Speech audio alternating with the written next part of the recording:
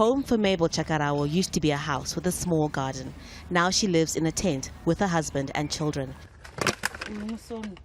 They survived tropical cyclone Idai that struck parts of eastern Zimbabwe in March.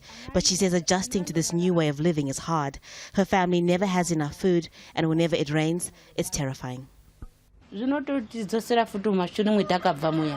It brings back bad memories. I keep thinking, what if that terrible storm happens again? Last time God spared my life. What if this time is different and I die? I'm always scared living here.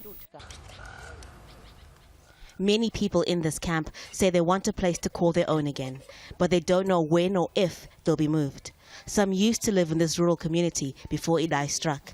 It was the worst storm to hit Zimbabwe since Cyclone Idai nearly 20 years ago. People say they heard this rumbling noise. At first they weren't sure what it was, and then they saw these rocks and boulders tumbling down from the mountains over there, being pushed by the water and raging winds. All the homes in its path were destroyed, and this is all that's left. Others were lucky. The violent flood and debris narrowly missed a few buildings and schools. In other places, entire communities were devastated. Here, 300 households are working together to repair damage to a dam.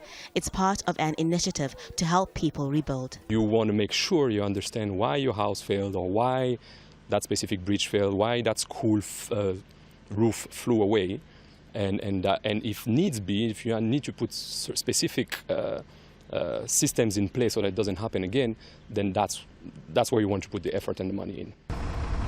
Roads and bridges are also being prioritized, but it's a race against time. The rainy season has just started. People could again be at risk if proper infrastructure isn't in place. Hundreds of people in eastern Zimbabwe died during Cyclone Idai. Many more are still missing, presumed dead. And those who survived are hoping this rainy season they'll be safe. Haru, Mutasa, Aljazeera, Chimanimani, Zimbabwe.